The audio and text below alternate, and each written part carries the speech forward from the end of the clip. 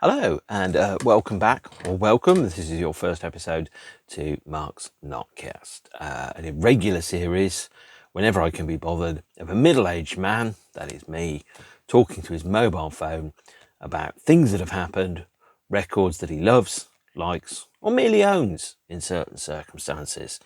I'm on to, I think, about number 461-ish, and it's been about 3 weeks since I've done one of these. So today is the 7th of October, 2025.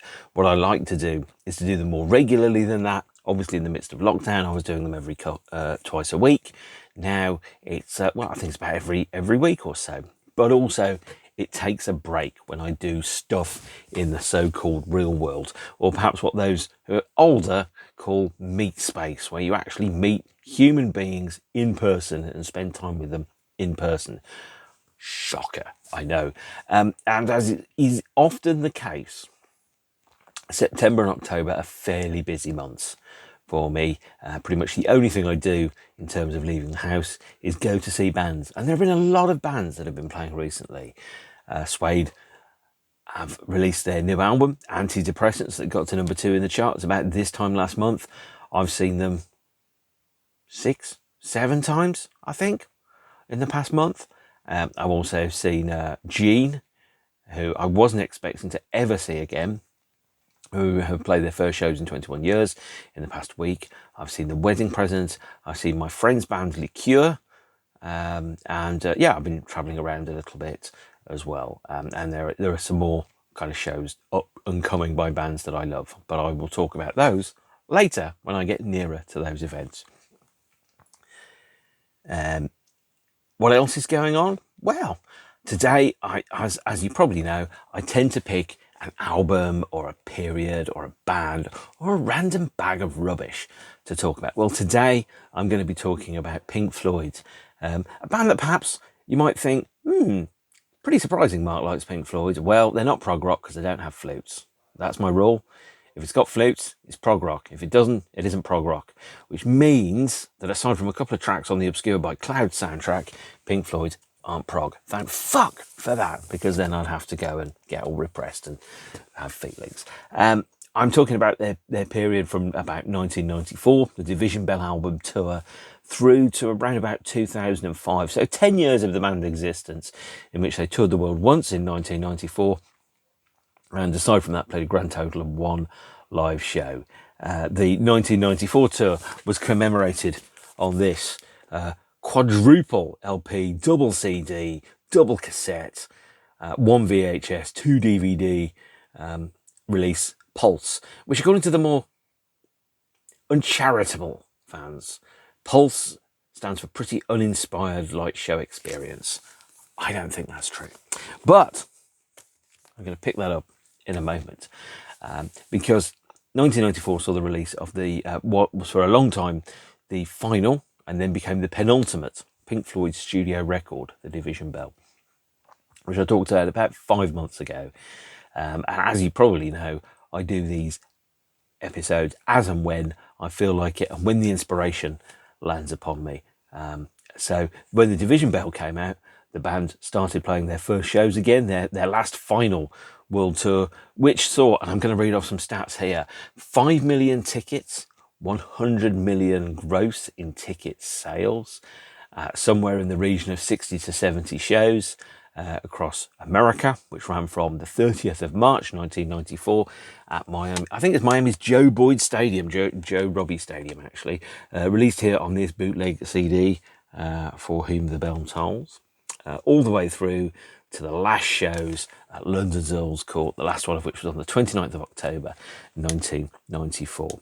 And no, I didn't get to see any of these shows on the grounds that the tickets cost an astronomical 25 Earth pounds, which when you inflation adjust it probably works out to be something like 75 pounds.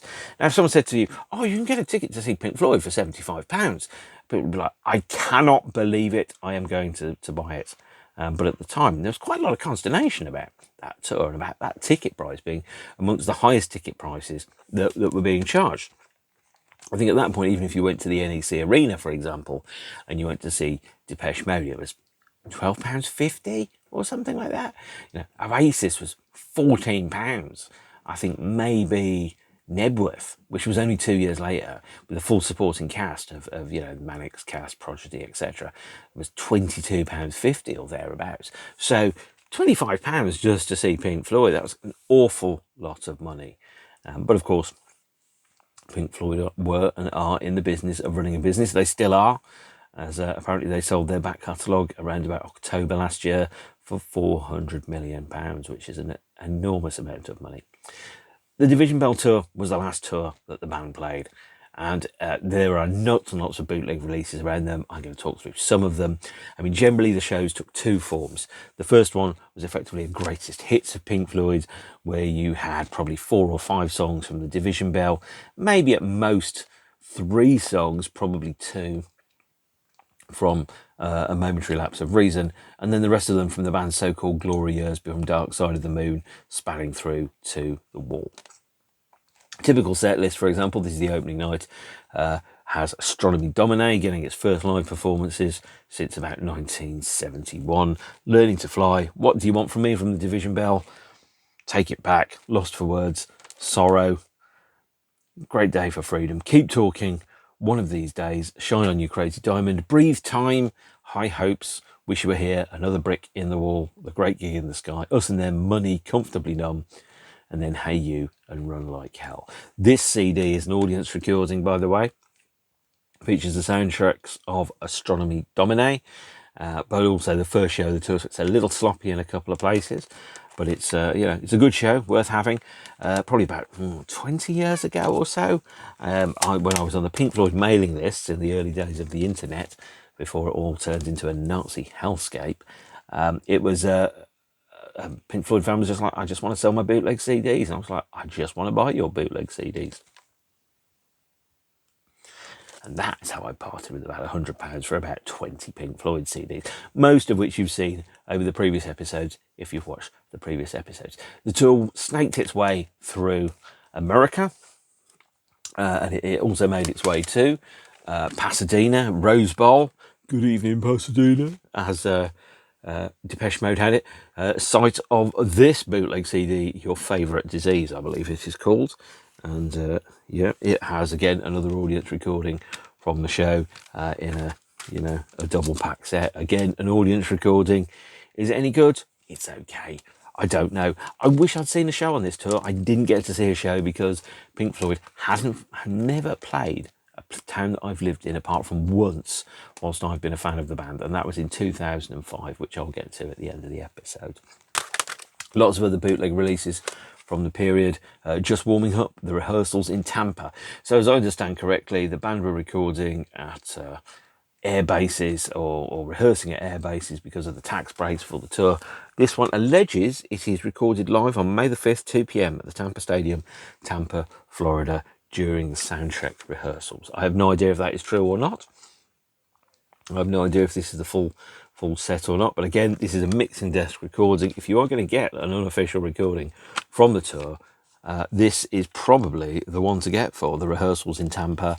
A gold CD featuring rehearsals and sound checks from the tour. Other shows that were bootlegs. Oh God, so many bootlegs, so little time. Earl's Court, 1994. This is the radio broadcast of the show that would become the Pulse VHS and DVD. So the 20th of October, 1994. And on the back, it has a ticket for the 15th of October, primarily to fool you guys into thinking that it wasn't the show that was broadcast on the radio and therefore couldn't possibly be extremely dodgy bit of copyright infringement. And actually, I'd just like to check that the tickets were only £22.50, not £25. So still eye-wateringly expensive as opposed to astonishingly expensive. And here is, and that is the mixing desk, soundboard, radio broadcast and TV broadcast of the show on the 20th of October, 1994. Worth picking up. Again, that and Tampa are the two to get. But if you don't, there's also an extra show from the tour. I have it on triple vinyl, of all things, which apparently makes me financially incautious buying vinyl, which is Turin, 1994. So this is recorded at the Stadio della Alpi, which I don't know what that is. Not been there. Been to Turin, not been to the stadium, on the 13th of September 1994. And this features the whole show, apart from the last song, Run Like Hell. Luckily, if you have the 12-inch single On the Turning Away, it has a live version of Run Like Hell from 1987 on the B-side, so you can listen to that, and you can play that once you get to the end of this. This represents a non-Dark Side of the Moon tour, or non-Dark Side of the Moon set. Pulse, the officially released live album. Here is the 4 LP 2016 edition, represents the Dark Side of the Moon era. So throughout the tour, the band played, well, in Europe, the band played 2 different set lists. In America, the band played one until about the 3rd date from the end. So they played a greatest hits set list for most of the shows in America. Then to about the 3rd show from the end, probably New York, they played Dark Side of the Moon in full for the first time since, I think, 1974, I think, when I was 18 months old, so I don't remember that far back. Although my first memory is watching television at about the age of about 18 months old, and seeing the Birmingham pub bombings on the television on a small black and white screen. That's one of my earliest memories. My other one is seeing my brother on a tricycle in my grandma's garden. So, it's at number 93, by the way. So, small world, wouldn't want to walk it. So, there you go. Turin. So, if you only have 2 vinyl live recordings, Turin is the other one to get. It is a mixing deck soundboard recording, parts of which were recorded with the intention of being released on the Pulse live album. So the band recorded many shows for Pulse, and then created a live quadruple LP and double CD. And let me quickly get the double CD, because the double CD comes in a couple of configurations. For those of you who are particularly enterprising, there is a version that has a small beeping light on here to represent the heartbeat of Dark Side of the Moon. Sadly, when that came out, I was at the point of buying second-hand CDs when they turned up cheap, because I was a man on a budget with too much life, too much interest, and not enough money. So my copy of Pulse for many years is this version, which is the original 1994 edition, but without the beeping little outside packet. It has the same booklet, which is, I think, slightly redesigned for the 2nd edition, and is on slightly thicker card and stock, so it is slightly thicker. This 2nd edition of Pulse is a little thinner, in so much as it's printed on thinner stock. It's more accessible.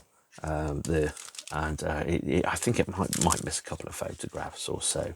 I'm not quite sure, but there you go. Both of which, of course, these are all just packaging. Obviously, if you're not buying a record for the music, why the hell are you buying it? Because all of these things are music delivery systems, and ultimately it's what the music means to you and what it does to you that really matters. Despite claims that I might just be being sarcastic and not like it, I'm being genuinely very sincere around this. If I didn't like Pink Floyd, I wouldn't buy this stuff. I wouldn't listen to this stuff. I wouldn't care about this stuff. I'd care about something else apart from, cats and people. But no, this is the 2 editions of Pulse. And the 2 editions of Pulse, because there are 3 different track listings of Pulse. There is the CD, which is actually the shortest version of Pulse. There is the LP, which is the middle edition of Pulse. It has a bonus track on it, and I'll get to that in a minute. And there is the cassette, which I don't own, and the cassette has the live set on 3 sides of a cassette, plus on the 4th side a 22-minute ambient track called Soundscape. The 22-minute ambient track called Soundscape later appears in various forms on DVD menus. Parts of it appear in a couple of tracks on the Division Bell, possibly the Endless River. And it's like a long, generally formless, aimless 22-minute kind of, meander that the band was using as its intro tape before the band came on stage. Just at the end of Soundscape, you started to get the sense of the Morse code and the tape that would lead into the beginning of Astronomy Domine, which doesn't open this LP. So this Pulse contains a set list that actually never happened, on the grounds that any night that the band performed Dark Side of the Moon, they didn't perform Astronomy Domine, and vice versa, because they opened the 2nd set with Shine On You Crazy Diamond. when they didn't play Dark Side of the Moon. And then when they played Dark Side of the Moon, they played the first set with Shine On You Crazy Diamond. So therefore this, featuring Shine On You Crazy Diamond and Astronomy Domine, represents a set list that never happened in Pink Floyd world.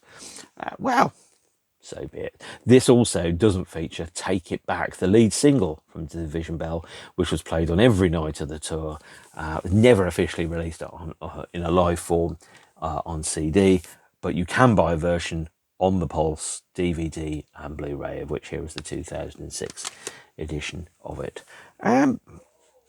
So, Pulse, let's go in. If you think we've started, we haven't yet, because there are two different editions of Pulse, most of which are significantly different in performance and set lists. So, we're going in.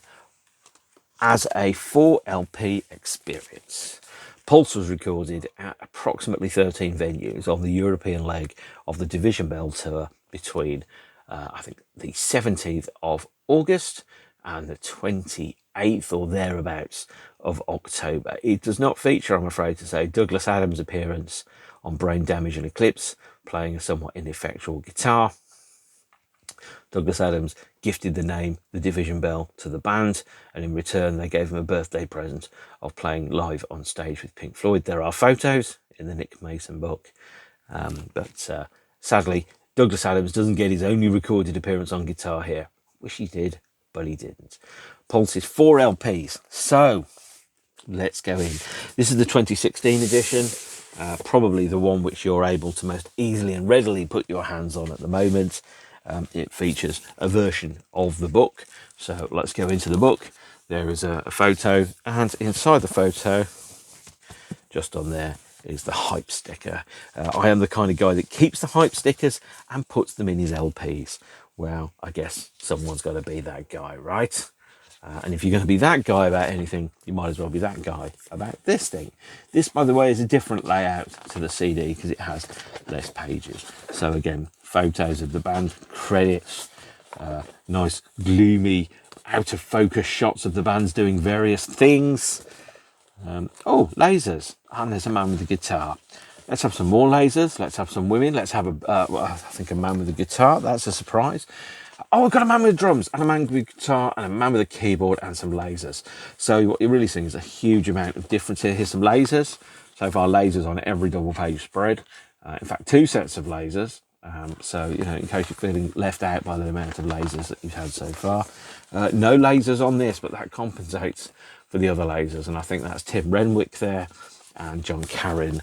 And also, David Gilmour there on guitar. Always David, never Dave, just so you know. And then here's some other people. I think that looks like Guy Pratt, actually. No, that's David Gilmour again. And some lights and a couple of keyboard players. There you go, Rick Wright. There's Guy Pratt, the band's bass player, gets his first appearance about halfway in the book. There's David, Dick Parry, and some lights. Here's some more lights and photos. No lasers here, just lights and a guy playing guitar. No lasers here. Sorry if you were expecting lasers on every page. You are now sadly disappointed. It is a laser-free zone. That's high hopes from the show, as I can tell by the backdrop, which is still used to this day. There's some more lights. There's a moving screen. There's a guitar. There's some women singing what looks like some fireworks. Here's one of the band's other drummers, and some guitars, and some lights, some more lights, some more lights, this time with a mirror ball, because everything goes better with a mirror ball, etc, etc. And I could carry on for at least the next 4 pages, but I'm not going to. So Pulse comes with a book that is, as is the current Pink Floyd way, a way of explaining and exploring light and sound as opposed to words, because Pink Floyd is often about feeling and not necessarily about an understanding, if that makes sense. This is the first LP, the cover there, which I think appears on the inside book for the book. There you go. Oh, good, lasers. I didn't want you to feel left out. Lasers. And this has Shine On You Crazy Diamond, parts 1, 5 and 7, I believe. Parts 1 to 5 and 7. Astronomy Domine and What Do You Want From Me? Shine On You Crazy Diamond is recorded at Earl's Court on the 20th of October, the same performance as the DVD and VHS. Astronomy Domine is on the 15th of October. And What Do You Want From Me is on the 21st of September from Rome. Side 2 is Learning to Fly. This is from the 14th of October at Earl's Court. Keep Talking is from the 17th of August in Hanover. Coming Back to Life is from the 13th of October. And then on LP2, dramatically out of place in the set list here, Hey You, taken from the 13th of October. A Great Day for Freedom, taken from the 19th of September and the show in Turin. Sorrow, taken from Rome on the 20th of September. And High Hopes, taken from the 20th of October. Before you get Another Brick in the Wall, taken from the 20th and 21st of October. And One of These Days, making its appearance on the LP and cassette, but not on the CD, from the 16th and 17th of October there. So you're halfway through into the main set. Set 2, and here is a photograph of some tadpoles swimming. You can put all these together, by the way, I believe, and create like an image of the earth there, something like that. You can put these together, and there you go. That's a close-up of part of the pole sleeve, which is Speak to Me and Breathe and On the Air, On the Run. They're from the 20th. Time is from the 17th and 20th of September in Medina. Great Gig in the Sky, 20th of October. And then Money, which is from the 17th of September, which is, I do believe, that's Rome, I think, but I could be wrong. And then finally into LP for Us and Them, which is the 20th of October. Any Colour You Like, which is between the 19th and 23rd of October, all at Earl's Court. Brain Damage the 19th. Eclipse from the 19th. And then Wish You Were Here from Medina on the 20th of September. Comfortably Numb from the 20th of October. And Run Like Hell from the 14th of October. So the vast majority of the set is taken on the Pulse Live album, taken from Earl's Court. There is an extra live performance of Astronomy Domine from Miami, which was on the B-side of Take It Back, and an extra live version of One of These Days, which was on the B-side of the Keep Talking and High Hopes single release in 1994. So that's your Pulse Live album. Should point out, some of those performances are melded together from different nights. So, for example, one part of Any Colour You Like is from the 19th. The second part is from the 23rd, for example. And the band aren't above putting together a few overdubs or anything like that on their live albums. And that's okay. It's as honest a representation of a show as I think you can get. They did miss a trick when they came to doing the later years box set, but that's not really the point. Pulse there, by the way, the cover is obviously the moon orbiting a giant eyeball, which is made out to look like the Earth, and then the Earth itself with the tadpoles and the birds and so on, representing the great circle of life. Which was one of the themes which sits underneath Take It Back, as being a song about the environment and mankind's relationship to it and the world around them, and how everything exists together, nothing is isolated, and the idea that there are externalities, that you can do something over there and it won't affect anybody over here, is, put bluntly, bullshit and hokum, I believe is the technical term. Nonetheless, that is Pulse, the final Pink Floyd live album recorded and released during the band's active lifespan. The CD edition is, again, much the same, apart from the fact that it doesn't have One of These Days on. But if you want to get an authentic kind of replica of the band's full live experience, you have to go for something like this unofficial release of Turin, which is a triple LP, and it does feature extra songs which aren't on Pulse. It features On the Turning Away, Take It Back. It features, that's what it features in there. And it comes in various colours. I think my edition is red. Red's the colour, so there you go. Some kind of maroon, burgundy vinyl. You stay classy, Turin. But no, I do actually prefer to listen to this because it's, in my opinion, a more authentic experience. It reflects the set list. Also, there's a lovely transition between, I think it's Time and High Hopes, the tolling of the iron bell and then ringing the division bell. which then also leads very, very smoothly into the intro for High Hopes, which has a division bell ringing. It's a lovely transition. I wish it was on a proper live release, but it isn't. So you'll just have to go for one of the unofficial versions, such as this. The 20th of October performance was first broadcast on television, actually, of all places.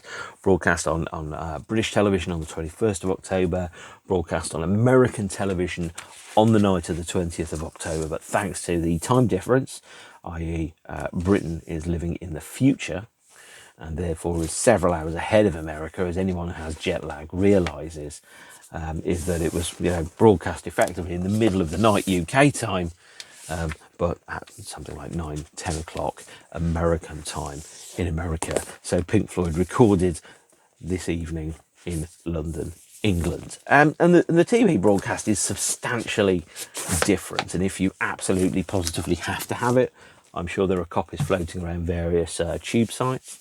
But there is also, of course, the double CD, which features the television broadcast and FM broadcast of Pink Floyd live at Earl's Court.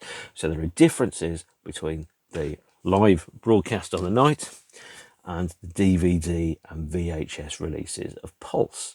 So Pulse, by the way, here is a 2006 DVD edition of it, 2 DVDs, very nice packaging, redesigned, featuring the eyes there in a jungle or whatever, and it features a number of extra bits.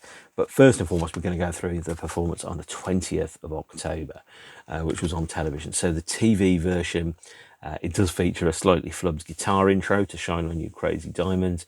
It features the end words of "High Hopes Are Forever and Ever." They aren't on the TV broadcast. The Pubulus Enigma is on the TV broadcast, but not on any other version. I'll pick that up in a moment. And the solo for "Comfortably Numb" is considerably longer and different on the original TV broadcast, which is on here. For the VHS, "Sorrow" was cut by 40 seconds. "Comfortably Numb" was cut by 76 seconds. And the DVD release featured a further cut in "The Great Gig of the Sky" of 36 seconds. So you end up missing about 2.25 minutes on this version than on this version. And when it was later released on Blu-ray as part of the later years box set, yeah, we're bringing that up, it was re-edited again. Whilst I remember, I did mention the Pubulus Enigma, which I don't really know exactly what it is. There was a series of cryptic statements on the internet, which even for 1994 was quite unprecedented, let alone now. And the band's video screens contained the words or Pubulus Enigma, kind of showing a sign that somebody who was involved in and creatively engaged with the band was messing with the band's fan base. The band themselves claim that they don't quite know exactly what it is. Probably planting a tree or something is the prize that you would win in the name of Pink Floyd. But the DVD release obscures the Pubulus Enigma with extra scribble over the scene so that you don't quite see what it is. No one's really known exactly what it is. It's one of Pink Floyd's many mysteries, but it is a mystery, and apparently somebody in the band's marketing team thought it would be a good idea to do that and see what happened next. So there you go. The VHS release obviously was initially edited a little bit. It sold, I think, 800,000 copies. The DVD release, which came out in the latter days of DVD, sold handsomely, but perhaps not quite so much, and features a number of bonus features. So if you haven't got it, well worth picking up, because they're not on any other version of Pulse. So, for example, the DVD release features screen films, so that is the backdrop screen films for a number of tracks. Bootlegging the bootleggers, so 4 live performances of songs which weren't performed on the night of the Pulse concert itself. A TV advert, a documentary called "Say Goodbye to Life As You Know It," that's about 15 minutes, and a live performance of "Wish You Were Here" with Billy Corgan from the Smiling Politely Smashing Pumpkins, from the Rock and Roll Hall of Fame or something in 1996. That is the extras that are on Pulse. Probably pick this up for about £7 now. actually. But if you don't, that's entirely up to you. With that and Pulse, Pink Floyd effectively wrapped up as an ongoing concern. No further shows, no new studio albums, and despite a hefty kind of industry in bootlegs, including this one recorded at the Earl's Court show of Dark Side of the Moon live, you didn't necessarily get much. I guess one of the things is, and there's been a conversation about Rush recently, who have reformed with a new drummer, or not reformed as such, but they're touring. The surviving living members of Rush are touring with a new drummer. Some people can go, well, David Gilmour left money on the table by not going out and touring again and again and again, and yes, that's true. But there are some people for whom money is the only motive, and they're prepared to do things in order to make money. And there are some people that go, actually, money isn't my main motivating factor. If you're going to work, you want to get paid for it. Sure, I totally get that. I understand that. And at the same point, though, there are some situations where no amount of money could force you to do anything. And there was no, at the end, the last date of the Pink Floyd tour, the Division Bell tour, there was no sense that, this is the end of the band. This is the end of a period of the band. And at some point, the band would limber up again and start again. And then at some point, that just became increasingly unlikely.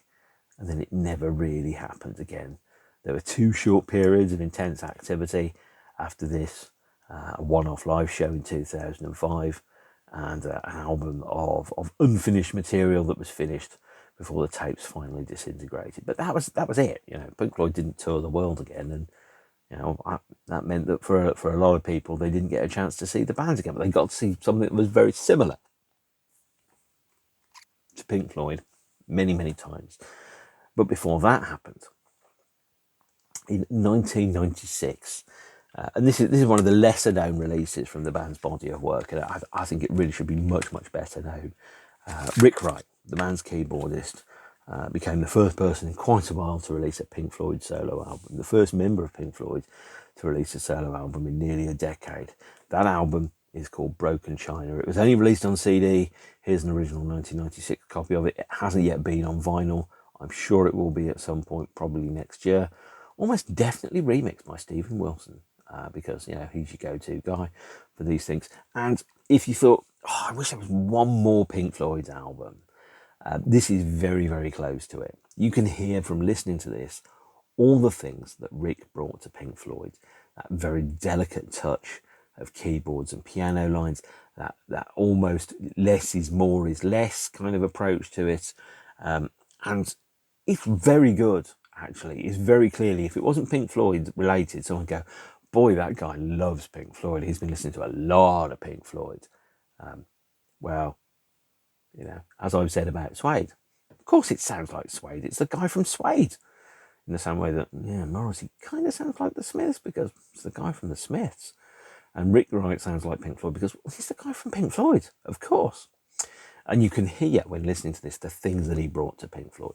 It's a 4-part concept album about depression, which, well, that sounds like a bundle of laughs, doesn't it? But it's certainly more exciting than, let's say, I don't know, The Lamb Lies Down on Broadway, which is also a concept album, isn't it? It's a 4-part concept album about depression, and it's got lyrics by Anthony Moore, who I think wrote the lyrics for Learning to Fly. It features a number of Floyd alumni. Within it, Tim Renwick plays guitar, Rick obviously on piano, Pino Palladino taking a rare break from playing on everybody else's album in the history of mankind, playing bass. Pino played bass with David Gilmour, by the way, and Nine Inch Nails and The Who, and lots of other bands. And David Gilmour did contribute guitar to the album, but not in the final finished mix on the track Breakthrough. And let's quickly go through and see who plays on this. So, Sinead O'Connor does vocals on 2 tracks, Reaching for the Rail and Breakthrough. Tim Renwick provides guitars. Music by Rick Wright, lyrics by Anthony Moore. It's a fine record, and it was mixed at Astoria in Q Sound, Astoria being David Gilmour's studio. So it's very much And it's kind of made from the songs that Rick brought to the band for the Division Bell that the band chose not to turn into Pink Floyd songs. There's a song on here which I think is, and let me quickly check, Woman of Custom, which was most definitely presented by Rick to Floyd in 1993 as something that they could potentially kind of work up into a Floyd track. They decided against doing so. Breakthrough, to me, there is an amazing live version of Breakthrough that was performed in 2002, which has David and Rick on co-vocals, and Rick singing most of the lyrics, and an amazing solo from David that was only played live, 5 times. And that, to me, is as much Pink Floyd as anything else, although Nick doesn't play on it. Then again, Nick doesn't play on Two Suns in the Sunset, so it's kind of Pink Floyd, isn't it? Yeah. So what we had is there were some fragments that were from the Division Bell, and the album was inspired by an experience that Rick saw a friend of his, possibly a partner or ex-partner, experiencing depression, and then talking about what is his experience of that. And of course, when somebody goes through a mental health crisis, be it depression or paranoid personality disorder, for example, it's not just the person that is happening to, that it is happening to. It is everybody around them that it is happening to. And it's not about experiencing it, the album, but it's about observing it. It's about living with it. If you had a member of your family, for example, or one of your friends, and by the way, this doesn't happen very often, at least not that people talk about, but one of your friends or one of your family is extremely ill, dies of something, commits suicide, which has happened to me. A couple of my friends have died that way. Very sobering moment. Also, depression and mental health crises. You're experiencing a version of it. You're living with it, but you're not perhaps the subject of it. And Rick felt reinvigorated after the Division Bell tour, as the song says, coming back to life, and thought, I want to do more. I want to make more records. I want to make more music. And the Pino and the drummer Manu recorded, I think, 8 songs in 6 days. And Rick considered using other vocalists, not just Sinead O'Connor, but he felt that it would take away from the songs, it would take away the authenticity of the songs, because the lyrics, much like David Gilmour's lyrics, written by somebody that knows him quite well, exploring themes which are very much on his mind, then go to the point of going, I've now found somebody that can articulate the feelings, the emotions, the observations that I have in much the same way as, if you can't play guitar, that doesn't mean you can't hear and think and feel and invent good guitar moments. It's just you need somebody else to realise that. So if you're thinking, I really need to hear a bit more Pink Floyd that sounds like the Division Bell, this is the place to go. Rick Wright's Broken China album, which is very, very good. But unfortunately, commercially fell flat on its arse, to put it technically. Hardly anybody bought it. Rick was considering doing a solo tour, but he changed his mind on the grounds that it was commercially unviable. There wasn't even a vinyl release of the album, which was something which happened a lot around about this period of time in history. Vinyl was practically a dead format. In fact, the only version of anything from Broken China that came out on vinyl is this promotional 12-inch featuring Rick Wright's Lemonade mix and a Liggett dub remixed by The Orb of Runaway, and a William Orbit remix of Night of 1,000 Furry Toys, which, by the way, is a fantastic title for a song, isn't it? Night of 1,000 Furry Toys. And it's probably quite rare these days, because there's at least one copy that someone's not going to sell for quite some time to come. That's me, by the way. It went very, very quiet in Pink Floyd world. Very quiet indeed. David appeared occasionally on television or playing guitar for Paul McCartney at the Cavern, for example, or on his Run Devil Run album. And is there anybody out there? The Wall Live album was released on the 27th of March 2000, which was effectively the soundtrack, which was from the film sequences and the official recordings that were made of the Wall shows in 1980 and 1981. And it features extended versions of the songs. It features edits. It features extra verse in The Show Must Go On. Obviously, finally, What Shall We Do Now and Empty Spaces finally got a cohesive release. Again, not on vinyl. I'm sure that will come out at some point when Pink Floyd Super Mega Global Uber Corp gets round to it. But there was no shortage of other things that were happening. With the Gilmour-led Pink Floyd out of the picture, Roger Waters kind of emerged blinking from a semi-enforced retirement, and decided that he was going to start playing live again, which resulted in this, In the Flesh live, recorded in July and June 2000. The CD and the DVD have different audio tracks, by the way. The DVD is recorded in Portland on the 27th of June 2000. The CD features recordings from Portland, Las Vegas, Irvine and Phoenix, and features effectively, apart from a small kind of 20-minute segment towards the end, is Roger Waters reclaiming Pink Floyd for himself. In the absence and the vacuum, which had been created by David Gilmour effectively retiring the Pink Floyd name, there was still an appetite to see Pink Floyd songs performed live. There was still an ego inside Roger to go, I'm still Pink Floyd. I'm still as much Pink Floyd as anybody else, and kind of reclaiming that. And so with some tentative dates were stuck on sale at $25. They sold out very, very quickly. And then the band came back for a second round of arena shows in America in the year 2000, before going to stadiums in South America in the year 2002, arenas in Europe, and finally kind of heading off at Glastonbury. So by the way, no one from Pink Floyd has headlined a night at Glastonbury yet, which is quite a surprise, really, all things considered. But it hasn't happened. In the Flesh. It's two different experiences, two different shows, although you wouldn't necessarily know from listening to it because the shows are so tightly replicated. Roger's live shows are designed to be faithful to the original versions, which you know, and no radical reinventions, no changes to anything. It is effectively recitals, like classical music, of established pieces of work.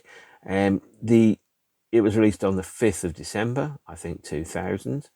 I think the CD and DVD were, and the visuals, by the way, on this were edited.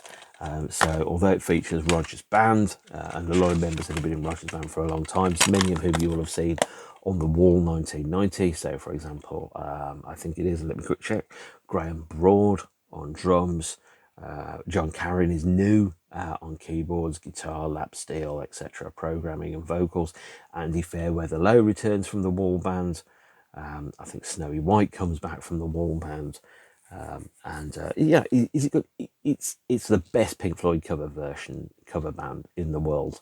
Unlike Peter Hook, it's effectively becoming a tribute band to himself, and also reclaiming his part in the Pink Floyd legacy. So for a long period of time between 1983 and 1994, I think Roger felt that he was a little bit the widow twanky, I guess is maybe the word, of Pink Floyd, that had been, a key part of it, but then suddenly disappeared at a certain point, and wasn't able to necessarily take pride in that role because there were a lot of feelings about it. And obviously the David Gilmour Floyd had gone forward and created a new version of the band where Roger Waters was just that angry guy that used to play bass but wasn't in the band anymore. Roger reclaimed that, and I think part of that is ego, part of that is legacy, part of that is money. You kind of go, well, I'll go into arenas and I'll see how it goes. And a 6-week tour eventually became a 20-year tour, really, because Roger was still touring nothing but Pink Floyd songs until well into the 2013 or so period, 2014. In the Flesh is very good, very good. But there are two Pink Floyds at play here. There's the more emotional, more feeling version of Pink Floyd, which was led by David. There's the more precise, more intellectual version of Pink Floyd, which Roger very clearly kind of claims out as his own here. And he, as Roger is someone who likes doing the sleeve notes, he would say certain things which you could infer were being a tad bitchy about his previous band, of course. On subsequent tours, it felt very much as if everything human and important was ignored or neglected simply because there was so much money involved, and because our lust for the concomitant acclaim was so great that genuine creative endeavour and the authentic pleasures that accrue from it, and thus devolved to everyone else, were put on hold. Which is, one way of putting it. Another way of putting it is, I didn't like the other guys, and I think they were blinded by money, etc., etc. So In the Flesh, I didn't see the In the Flesh tour. Tickets were out of my price bracket at the time in 2002 when he played Wembley Arena. And for some reason, my personal life was an absolute bin fire at the time. It got better a couple of weeks later, but it was just a couple of weeks too late. And instead, what we had was these shows as a memento of it. The DVD of In the Flesh is not an accurate representation of the show, in so much as the technology to have moving video behind Roger at the time was not sufficiently advanced as to move. So there were still images that were projected as opposed to moving images. For the DVD, they take out the still images and they replace those with moving versions of them. So it's a little cheeky, but that is okay. That was obviously recorded in June 2000 and was released, I think, in December 2000. But something else happened in the meantime. In June 2001, David Gilmour played his first solo shows since 1984 at the Royal Festival Hall. Here's a bootleg CD. Here was the DVD release from December 2002. And this was the first time I saw a member of Pink Floyd play live. This I was not going to miss a chance for. This I paid £22.54. Christ, what a bargain that was. That's less than I paid to see him last year at Brighton Centre. And it features, I was like, at the Royal Festival Hall, Robert Wyatt's Meltdown, a member of Pink Floyd live in front of my very bloody eyes. I was in about row G, and he's playing Shine On You Crazy Diamond and Fat Old Son and Coming Back to Life and High Hopes and Wish You Were Here and Comfortably Numb with Robert Wyatt on vocals, and a second version of Shine On You Crazy Diamond and A Great Day for Freedom. And oh my God, all those, there were a number of bands that were on my my bucket list, bands that I never, ever, ever thought I'd get to see. Anyone from Pink Floyd was one of them, because no member of Pink Floyd had played outside of London between, never to London, right? Between 1988 and 2002. So there's 14, 15 years, whereas if you wanted to see someone from Pink Floyd play a public show that you knew about in advance, you had to go to London. I moved down to London in the year 2000, and that meant that I was able to go to this show. Otherwise, it still would have been out of reach. I still wouldn't have experienced it. And it was a transcendent experience to think that I was kind of like maybe 20, 30 feet away from one of the greatest living guitarists on the planet, playing Pink Floyd, Comfortably Numb, the song that he co-wrote, in front of my eyes. It was staggering and beautiful and unexpected. Really very, very, very unexpected. And it was the start of, I'm still seeing members from Pink Floyd as late as, last year.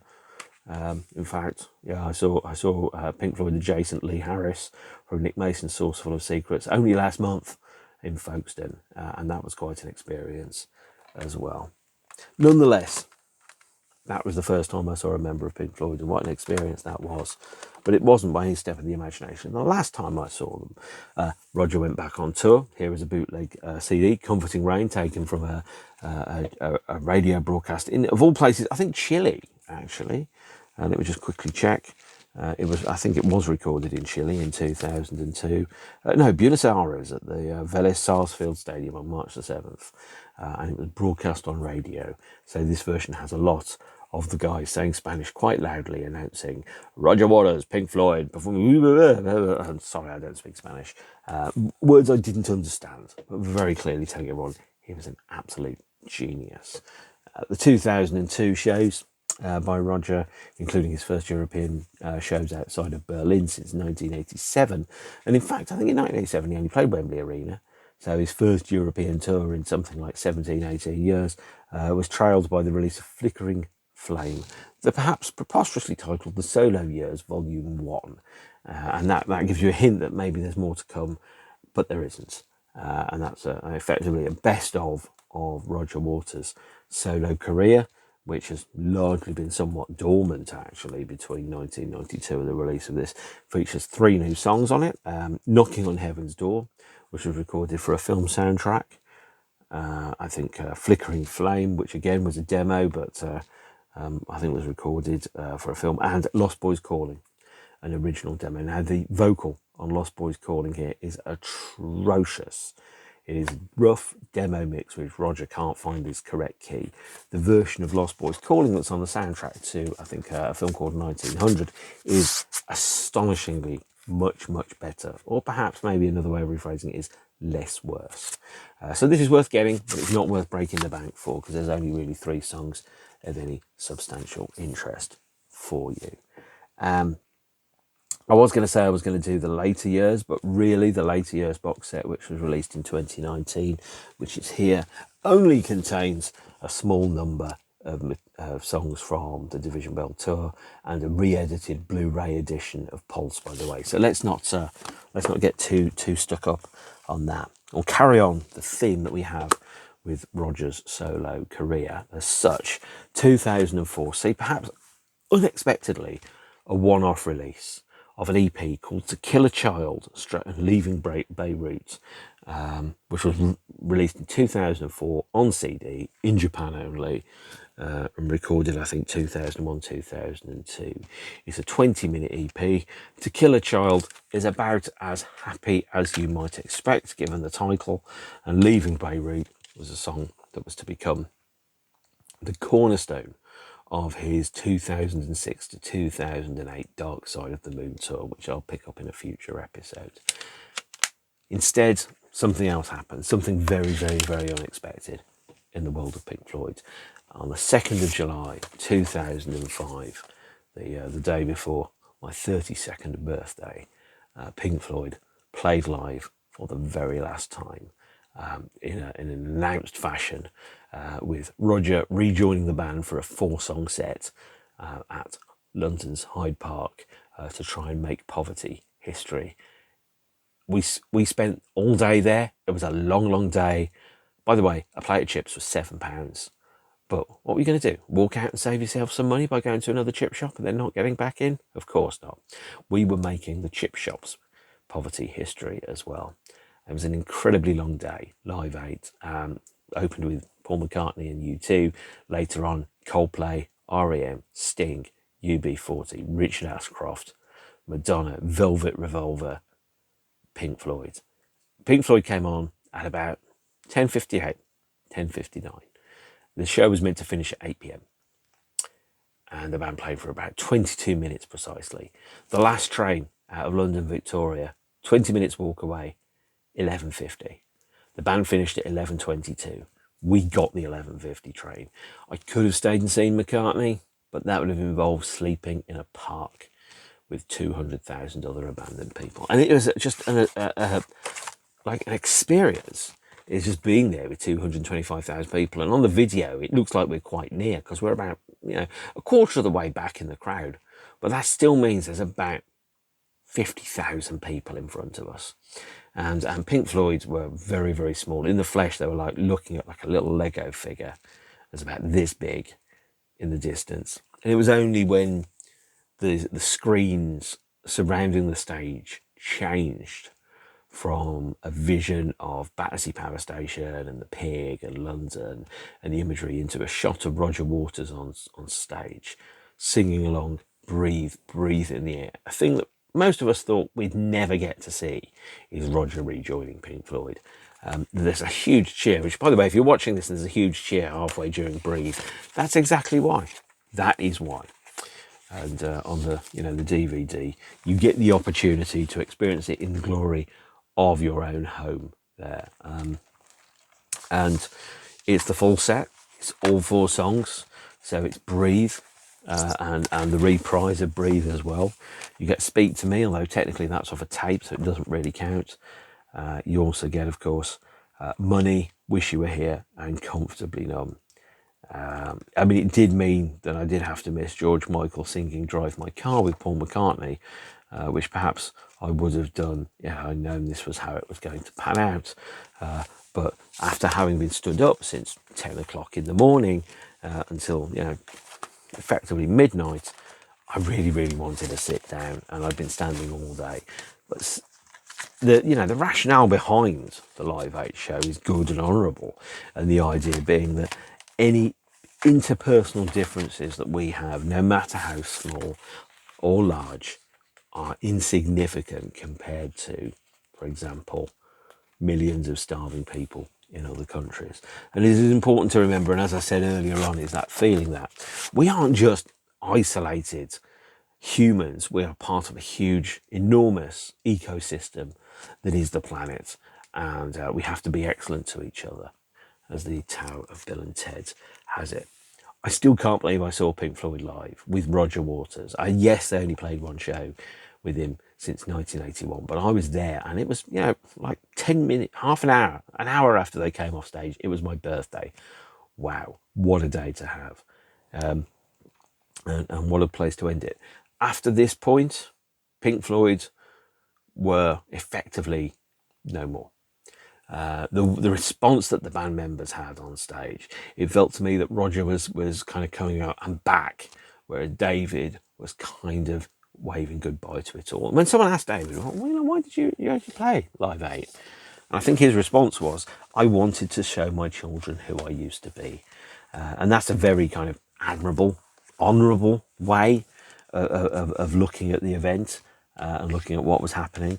And you could see his children there in the crowd and on the video screens, kind of experiencing, oh look, that's Dad in a band, that's the person that he used to be. But that's the point. Life evolves. We are all different from the people that we used to be, and we're all better, older, wiser in some respects. And once you get to this age, you can probably guess how old I am now. Once you get to that age, this is who you are, and you've got to make sure that not only do you like who you are, but that other people like who you are, because who you are is a good human being, and that is far more important than most other things. Of course, we have to be ourselves. So that is Pink Floyd between 1994, the Division Bell tour, and 2005. I'm going to wrap up at this point. Thank you. If you've watched the whole thing, you've made it through an hour of my wibbling. And I am going to go and probably hang and have an ice cream now, because it's still quite warm, even though it is technically October. It is Halloween month, and that means I'm watching lots of Halloween movies and horror movies, with the idea of having some horror themed episodes towards the end of the month. But if you're not going to watch those, that's fine too.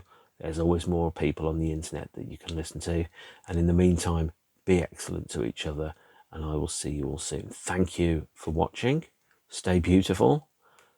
Adios, amigos. Okay, bye-bye.